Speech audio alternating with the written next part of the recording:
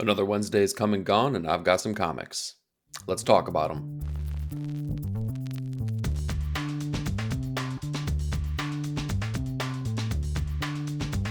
Hey, welcome to 9 Panel Grid. This week, we've seen intergalactic planetary police, beings from another dimension, and old Maddie Murdock almost letting the mic drop. But we're going to kick things off this week with Absolute Green Lantern #1, written by Al Ewing with artwork by Janoy Lindsay. I was really excited to get this issue here as I've been a Green Lantern fan in the past, and I really loved the time era where Hal Jordan had reluctantly handed the ring over to a Kyle Rayner to take on the reins of being a Green Lantern. I like those stories ring so true in my memory. I really love what we got in those kind of stories and Hal Jordan's entire arc from her hero to villain back to being hero. This was not really the thing that I was hoping it would be. We kind of get a story where we get the portion of the introduction that we kind of know and love from the regular universe, where the ring is presented to Hal Jordan. He's got something going on. We see the greater players of the Green Lantern universe, as there's mentions of Guy Gardner, John Stewart is there. Hal Jordan is kind of our main, our main player in this issue, and something weird happens to him outside of what we're normally seeing where he gets the ring. There is something that's kind of manifesting and taking control over him. The issue itself, though, is very clunky and very rushed. I feel like the plot points are really driving where the dialogue is going, as opposed to the dialogue driving where the story would go, and it makes our characters really feel unnatural, and it makes everything feel really forced. Equally so, the artwork feels rushed in this. There is almost like an anime kind of like kinetic style and look to the artwork, but I don't feel like it's fitting towards what is trying to happen in the storyline. I feel like they're opposing forces, and neither one of them is really working to the strengths of what the book could be. Overall, I gotta say, Absolute Green Lantern wasn't necessarily my favorite thing of the week here, but let me know what your thoughts were down below. Next up, we have Absolute Superman #5, written by Jason Aaron with artwork by Carmine Di Giaminico. The artwork change took me by surprise here, as it is definitely different than Rafa Sandoval and what we've been delivered previously. However, I need to say that, like, stylistically, I feel like we're talking the same kind of art style here, which makes it really pleasing because when you get those things and they're so diametrically opposed, it is so jarring. That's not what you're getting in this issue. So that definitely plays to the strengths of the story and the book that's being delivered within Absolute Superman. This one really all centers around Clark's time in Smallville and his interactions with Ma and Pa Kent, who now he kind of came into contact with them much later in life as he has been much more developed and kind of has his own persona and identity as opposed to being a baby and being raised by them. The influence is there, but it's definitely not to the same extent as it would have been previously. The thing that I kind of disliked about this, or maybe kind of I just wanted a little bit more, is that we spent so much time on Krypton and we spent so much time with his parents proper. And I kind of want that much time to be spent with the Kents as well. I want to really feel their influence. And parts of this felt like it was like a good swath of time that was really condensed down. So I wish that would have given this book more time to breathe. However, a lot of the critique of this series has been that it's a slow burn. I feel like that's been a strength of the book. So to see something condensed like that, I was like, oh, I kind of wanted more. I kind of wanted something to just kind of live in that moment a little bit longer. Overall, though, the storyline was really satisfying. I really like where they're going with this. I feel like each issue builds upon the next, and we're getting bigger and better and bolder ideas each time that we're getting delivered a new issue here. The villainous reveal that we have in here is kind of silly and kind of obvious, and I did not pick up on it, but it was definitely something there, and it kind of makes me feel like maybe is the villainous reveal here truly the villain, or is he more of a lackey in this universe? Time will tell on that. We'll kind of see where it goes. I gotta say though, Absolute Superman has been getting better and better. All right, let's talk Cruel Kingdom #4, the anthology series from Oni Press. This was interesting. It's kind of been very similar to every other, Oni Press EC property that's come out here, where it's been honestly a mixed bag. I liked this issue. I can't say that I necessarily loved it. I feel like it's the weakest of the issues that we have been delivered here. But on that same notion, it's probably been stronger than the weakest issues that we've gotten from things like Epitaphs from the Abyss. Greg Pak delivers a short story here that kind of revolves around training and kind of the, I don't know, the feats that you will go towards to make yourself better. And it's kind of like the things that you'll sacrifice in order to kind of train yourself and hone your skills. There's a really cool Cinderella story that is equal parts obvious but entertaining in the same vein. And I really kind of enjoyed the artistic approach on that one as well. Overall, again, it's kind of a mixed bag. You know what you're getting into if it's an anthology type series. So it's like, you're kind of along for the very short ride that you get. But if they're fun enough and if they give you enough artistically and story wise to kind of like at least, make you sit back and go, huh, that was kind of fun. Well, then maybe it's kind of worth it. All right, it's time to talk about my absolute favorite character with Daredevil, A Cold Day in Hell #1, written by Charles Soule with artwork by Steve McNiven. Now, Charles Soule's run on Daredevil was not my favorites, not the weakest necessarily, but far from my favorites. And I have to say, I was a little bit trepidatious when we got this. The artwork looked really stunning, but I really didn't know what to expect with the story.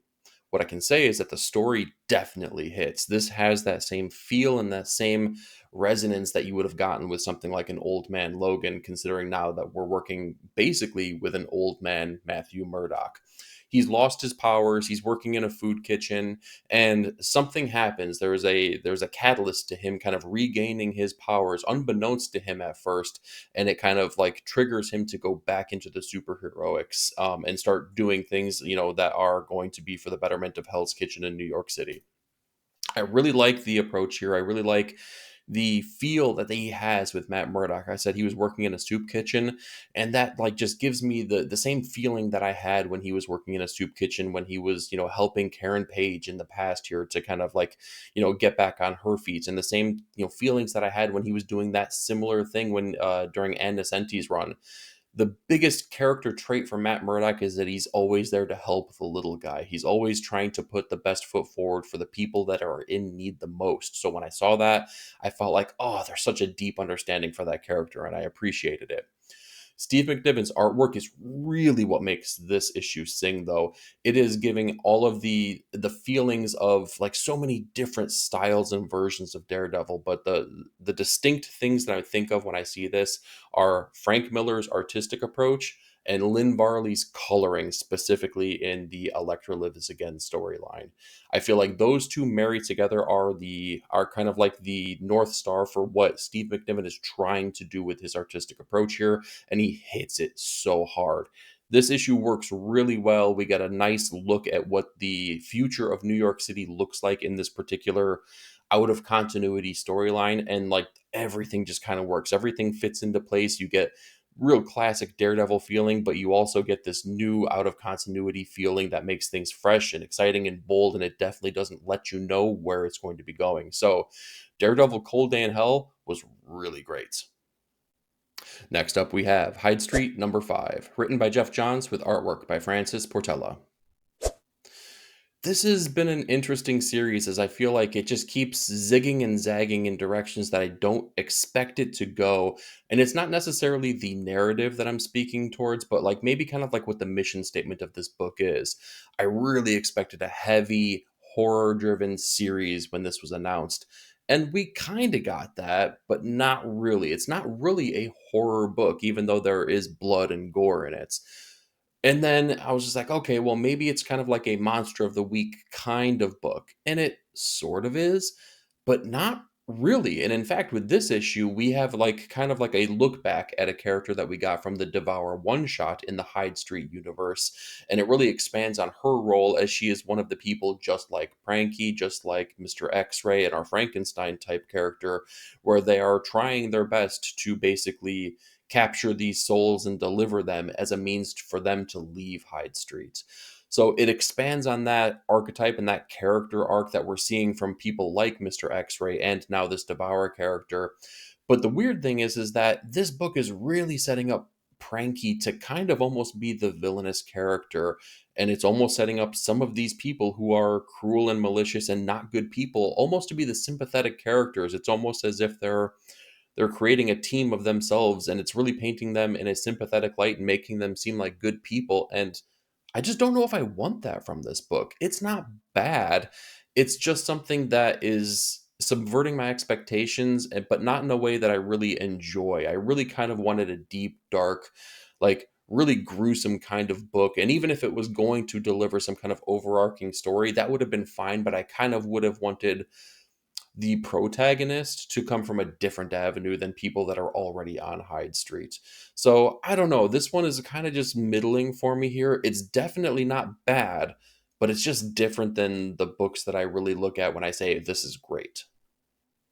All right, let's talk Immortal Thor number 22, written by Al Ewing with artwork by Jan Bazaldua. You know, there's a lyric from James Brown that says, like a dull knife that just ain't cutting, you're just talking loud and saying nothing. And that's kind of how I feel about the narrative in this book right here. This was an incredibly verbose issue, and it was made it like a struggle to get through. There's some really great turns of character that we see in here, and there's some really great introductions that we see.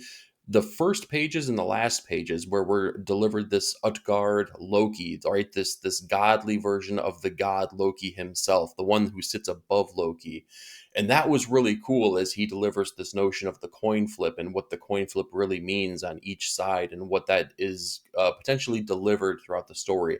I really liked that. However, the premise of that and the delivery of that through the middle pages, the greater part of the storyline, don't necessarily hit. So the premise works, the story doesn't, and that's a disservice, obviously, to the greater whole of the comic book.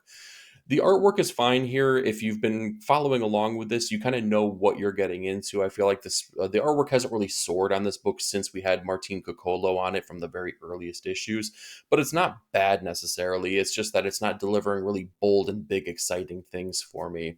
And when the story is kind of letting it down for the majority of the pages here, it really doesn't make for a satisfying experience for the story overall. We're kind of delivered Thor and Scourge as they're going through this labyrinth, as they're continuing to go through this maze, and they really don't do much of anything, to be honest. They meet up with one of the people from very early on that we kind of saw captured previously, but we thought that he had died. He comes back. They're fighting off hordes of enemies. But again, if they're fighting off hordes of enemies, it should be exciting, and the artwork doesn't deliver that. The narrative doesn't deliver that. It's setting things up here, and we're getting close to what feels like an end game for the series. But if it feels like an end game, I don't know. Right now, it's kind of just, landing with a thud. Let's talk Poison Ivy number 32, written by G. Willow Wilson with artwork by Brian Level. This was a cool issue. It really kind of sets the stage for what Pamela is feeling and dealing with throughout the entirety of this series so far. And it's kind of cool for an issue to kind of put you in her shoes and kind of make you see all of the things that she's having to deal with, where she's become this champion of the Green Knight and she is at the whim of the green and the gray, and they're battling and bickering. And we kind of find out that these universal entities, right? These universal constants of the green and the gray are really even possibly more petty than the humans that, that Pamela has to deal with on a daily basis. It kind of makes for a very sympathetic character who Pamela has already really like developed into. I really love her as kind of the anti-hero that she's become, but it's not even necessarily an anti-hero because she's not out there being like the Punisher and doling out justice in her own brand. She's really kind of like this reluctant hero, if you will. She's kind of put aside her villainous ways, but she just kind of wants to put everything to the side here, and everything keeps drawing her back. And each and every issue really delivers on that notion. Janet from HR is a great side character in this issue, as well as kind of like her role in this book. You can kind of see now is growing and changing into something. We don't know necessarily what that's going to be, but it's going to be very different than anything that we've gotten in the other previous issues of this. The artwork in here is okay. Brian Level has taken over, and I feel like he delivers and kind of puts a nice end cap on the Marshview portion of this story arc, where they've kind of like, they've kind of put the monster aside, and they've kind of taken that part off of the puzzle piece here. But I don't know. We're going to see where it goes from here. I feel like this is going to be the kickoff of a new arc that's going to be hopefully really exciting, especially knowing what we know now about the green and the gray. Time will tell on that. But as far as this is a total issue here and an end cap for this arc, I was pretty satisfied. Next up, we have Pop Kill #2, written by Dave Johnson with artwork by Juan Santa Cruz. More of the same of what we got with issue #1 on this, as it is this James Bond-esque type of story where a hitman kind of like special agent is working for a soda pop company who's trying to recruit another person from a rival soda pop company and kind of gets the secret formula that's going to keep their soda carbonated for even longer than anyone else possibly could. That notion is already silly itself, and the hijinks and the action and everything that happens within each one of these issues is equally silly. If you're looking for a serious book that's going to give you these deep thoughts, like this ain't it. But if you're in for like a really wild roller coaster time with blood, guts, action, guns, explosions, like this is totally it. This just brought a smile to my face on almost every single page turn with the character interactions, the way that they approach all of these situations, the way that things can kind of flip on their head on a dime in this issue. Super fun. It delivers everything you would want from like a big, bold action movie, but also kind of like the buddy cop comedies that you get as well, where you get like the really great dialogue back and forth, all the while mayhem is just ensuing all over the place. Really fun issue. Good artwork here that delivers on the promise of, all of the silly stuff like I was just describing here. Pop Kill, honestly, is a lot of fun. All right, for our next issue, let's talk Two-Face #5, written by Christian Ward with artwork by Fabio Veras. This is a criminally unspoken series. I am loving Two-Face, and each and every issue delivers something really bold and really exciting. And the series is kind of like my elevator pitches, like Two-Face. If the Two-Face story would be told like kind of in the same vein as the movie Fight Club, where there's these fighting personas and one takes over where the other one doesn't even know that it's necessarily happening. I think it's a really cool reinvention of how Two-Face really operates, and with their exploration of the origin and how Two-Face was maybe possibly there even longer than we ever really anticipated has made this really, really cool. Harvey Dent is now kind of like working with the knowledge that this has all been happening. There's like this cabal of villains that basically have come together and has been working to both basically better Two-Face and to help him gain control of this body, and also kind of carry out their criminal, endeavors, right? And keep Harvey in the dark so that he doesn't know what's happening. So Harvey finds this out, and he's kind of been able to do nothing more than physically restrain himself when he knows that Two-Face might have the capability of taking over. He had him held at bay mentally, or at least he thought he did. Now he needs to restrain himself physically. So his partner in crime here, or in crime in quotations, is the one that's been basically navigating the courtroom, the underworld courtroom environment for him, and he's been basically feeding her information and letting her run the show while he's been kind of doing it from behind the scenes so that no one can manipulate his actions and draw Two-Face out. Lo and behold, someone definitely does show up and does kind of try to conjure these things to happen. Action ensues. This is it's a really good exploration of the character, and it's a really good way to kind of like press the buttons of Harvey and Two-Face and really deliver something that's bold and fresh for a character that's been around for long enough and been explored for long enough that I didn't think a story like this would actually come our way and be able to give us something in that same fashion. I'm loving what Christian Ward's doing. I think that more people need to read this. We only have one more issue left. This is the penultimate issue. So if you haven't been reading Two-Face, I think you probably should. Next up, we have Ultimate X-Men #14, written and drawn by Peach Momoko. This issue delivers more of what people, including myself, have said they wanted, which was like for things to happen, right? For action to take place. And we've gotten that within like the last 2, 3 issues, including this one. But I gotta say, like, while we're getting that delivered, this issue gave me whiplash. We are moving from space to space, just constantly, from character to character who aren't occupying the same places at the same time. and it doesn't really take the time to explain those changes or to really kind of walk you through. It is really jarring when we're moving from people who are in the middle of a fight to other people who are totally unassociated to that fight, taking actions that are totally different than what the narrative is delivering on that other portion of the story. We can jump back and forth, but there needs to be either some kind of visual cue to kind of help us along the way, or some kind of narrative reason to kind of do that handoff, the hand the baton to story B and then give it back to story A. And it never really does that.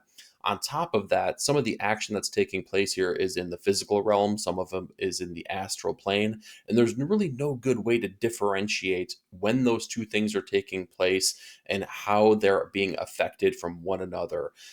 Again, really jarring issue. I feel like, again, we're getting the ideas that people are wanting with more action in an X book. But in that same vein, it's not doing so effectively to make it an entertaining and readable book. So I feel like this series and this book needs to a better like balance. They need to find the balance between delivering both of those things in each and every issue that's going to make it enticing for readers to continue this or pick it back up. And with my runner up pick of the week, let's talk Plague House #1, written by Michael Conrad with artwork by Dave Chisholm. If you know me, you will know I'm a sucker for ghost stories and haunted house stories, and even haunted houses themselves. As I've vacationed out at the Stanley Hotel, the hotel that was based on The Shining, and even the one in Oregon where they actually filmed the exteriors of the movie The Shining itself. I love that kind of stuff. I love ghost hunting stories. I just feed into all of it. Believer, nay, but enjoyer, absolutely. So when I saw the premise of this book being about ghost hunters, right, and delivering on this haunted house story, I was totally in. And I have to say, I was so pleased with the execution of the story. It's a classic kind of ghost hunter story where, there's some reluctant people that are non-believers and they are made believers by certain circumstances. You have our main protagonist that maybe takes actions that are going to be provoking these demons or these ghosts into doing things that maybe he had no control over himself. But it was the artistic approach on this that really made the book sing. Dave, I've seen him do work on books like the Miles Davis biography. He's doing great work in Spectrum right now, but this is different than what I've seen him do. He still uses like the entire toolbox basically, which is stuff he does in other books as well, but he does it to really such great effect in this, as the shadows of people that are like walking upstairs. You can see like he's using crayon or color pencil in the background to not just make like the black shadow, but just like a vague like impression of a shadow. You can see blood streaks along the walls as people are moving back and forth, and you can see it's not just one thing that he's doing. He's using, if it's a resource artistically that he can use, you can see that it's being put in display on this issue. Really great stuff here. The story delivers, the artwork delivers. It's a great haunted house type story that delivers a hook at the end that really, really makes me want to come back and get more here. So, Plague House #1, absolutely awesome premiere issue. And with my top comic of the week, let's talk Resurrection Man Quantum Karma #1, written by Ram V with artwork by Anand RK and Butch Geis. It's a new ROM #1, guys. Like, you probably anticipated this. I was excited to see this, and I'm pleased to say that it lived up and exceeded every one of my expectations. Ram V has always done a great job at really like building out a world and like making it feel lived in and making it feel real and tangible. He does the very same in this book. On top of that, though, the power set of our main character, whereas he basically, every time he dies, he is resurrected with a new power set. The way that they play with that and the way that they make these big, bold swings in playing with that power right here in issue #1 is quite honestly like staggering. I can't believe that they really played with it to the way that they did and made him as powerful as he possibly could be in such an early time in this book. Like, we have way more issues to go here, but they really play with the notion of time. They get really dark and deep with some certain actions that take place here with our character being sacrificial, if you will. And they really play on the relationships and the nature of having relationships when you are an individual that could live forever and ever and ever. Really bold, bright ideas here. I'm so happy to see Anand RK working with Ram V again on books. The work that they did on Graffiti's Wall was fantastic. I wish we would have gotten more from them for Radio Apocalypse, but that's a book for another day, hopefully, maybe. But what I can tell you is right here, right now, Resurrection Man definitely hits on all cylinders. So that's what I've got for you this week, but I'm more curious. What did you read, and what were your thoughts? Do me a favor, like, share, and subscribe, and be part of the panel. Leave me a comment down below. Thank you so much for watching. We'll talk to you next week.